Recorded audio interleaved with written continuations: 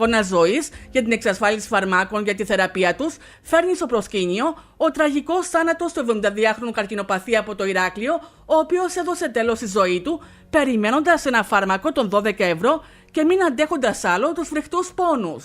Είναι ένα συγκλονιστικό γεγονός, είναι πάρα πολύ λυπηρό, έχουμε όλοι συγκλονιστεί.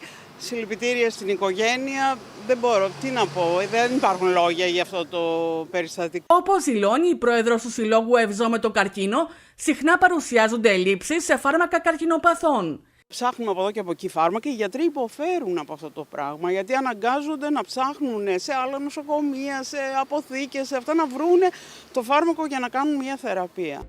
Η ταλαιπωρία καρκινοπαθών χτυπά κόκκινο, ακόμη και στο ζήτημα των εξετάσεων, με αρκετούς να στρέφονται στον ιδιωτικό τομέα, με την οικονομική επιβάρυνση να είναι σημαντική. Μεγάλη είναι και η αναμονή στο ειδικό ακτινολογικό μηχάνημα PET scan.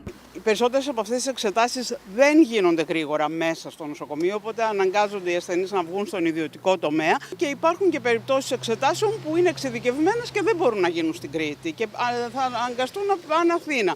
Τώρα, μια τέτοια περίπτωση είναι αυτό με το PET scan που ευτυχώς τον τελευταίο χρόνο έχουμε εδώ. Εξυπηρετεί ένα μεγάλο αριθμό ανθρώπων, αλλά δεν φτάνει. Η κυρία Θεοδωρίδου καυτηρίασε και την έλλειψη ψυχολόγου εδώ και 1,5 χρόνο στην ογκολογική κλινική του Παχνή. Ο ασθενής χρειάζεται μια ολιστική υποστήριξη, δεν είναι μόνο ένα φάρμακο. Ψυχολογική υποστήριξη, από ποιον θα την πάρει? Δεν έχει, το σύστημα δεν παρέχει. Η κλινική στο Παγνί είναι χωρίς ψυχολόγο, η ογκολογική κλινική, 1,5 χρόνο τώρα.